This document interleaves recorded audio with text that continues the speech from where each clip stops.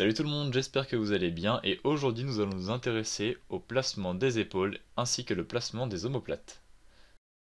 Le placement des épaules et des omoplates, c'est un point technique assez compliqué à travailler, donc si vous prenez un peu de temps pour y arriver, c'est normal, ne vous inquiétez pas. Ça va être un petit peu compliqué, ça dépendra des personnes évidemment. Mais en général, c'est compliqué. Donc pour les consignes afin de guider l'archer, vous devez lui dire que ses omoplates plutôt doivent s'écarter le plus possible, qu'il doit avoir un creux dans l'épaule. Ça, c'est pour les personnes qui sont assez fines.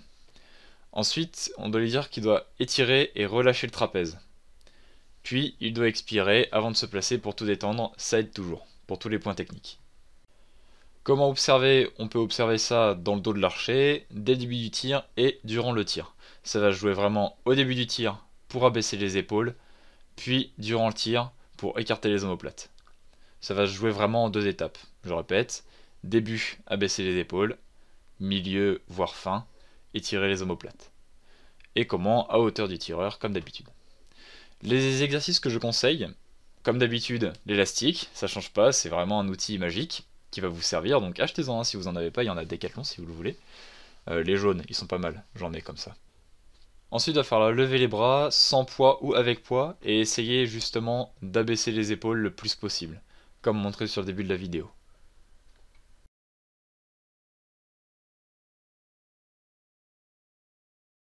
Donc pour ceux qui n'auraient pas encore tout compris, ça c'est une photo de mes omoplates au repos. Donc j'exerce aucune pression dessus, je contracte aucun muscle. Comme vous le voyez, c'est assez plat, on voit pas de muscles ressortir tant que ça. Donc jusque là, tout va bien, vos omoplates doivent ressembler normalement à ça. Là, sur la deuxième photo, c'est mes omoplates quand je les contracte. Donc on voit qu'il y a des muscles qui ressortent. Essayez de repérer un peu quel muscle, ça pourrait vous aider en fonction des archers que vous voudriez aider. Ils pourraient avoir les mêmes muscles qui ressortent et vous pourriez vous dire, ah tiens, comme dans la vidéo, je remarque que justement c'est plutôt bien placé. Et là justement la troisième image, c'est lorsque je tire sur la corde, mes omoplates, comment elles sont. Donc en repère, l'omoplate de droite, c'est bien. Elle est très bien placée. On peut dire justement qu'elle est effacée, on appelle ça effacée. Et ça veut dire justement qu'elle est bien écartée et bien plaquée. Donc justement les mots-clés c'est plaqué, écarté et effacé. Pour l'omoplate de gauche, j'ai un peu plus de mal pour ça parce que je ne peux pas faire autrement. Ça dépend vraiment de la physiologie des gens. Donc si vous avez des archers qui n'arrivent pas forcément à faire ça, ne poussez pas trop, certains ne pourront pas le faire. Donc du coup, mon omoplate de gauche, elle est un peu sortie, mais c'est pas grave. C'est quand même bien placé, on voit que c'est... Du coup, on le voit pas sur l'image, mais c'est stable, et c'est ce qu'il faut.